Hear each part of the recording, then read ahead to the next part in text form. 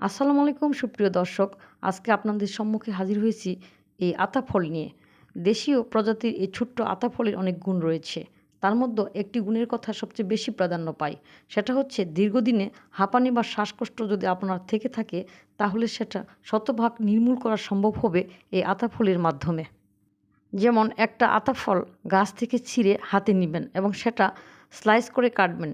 ঠিক যেভাবে আম কেটে রোদে শুকানো হয়। রোদে শুকানোর পর সমপরিমাণ গোলমরিচ শুকিয়ে নেবেন। ২ টা একসাথে গুঁড়া করে নিবেন।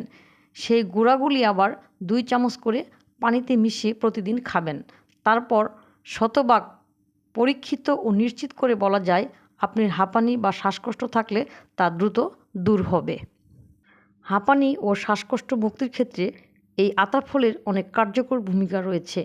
তাছাড়া হজম শক্তির জন্য এটা খুব ভালো ফল এবং এই ফলের মধ্যে যে প্রাণশক্তি রয়েছে তা অনেক বলবর্ধক। ধন্যবাদ, সবাই ভালো থাকবেন।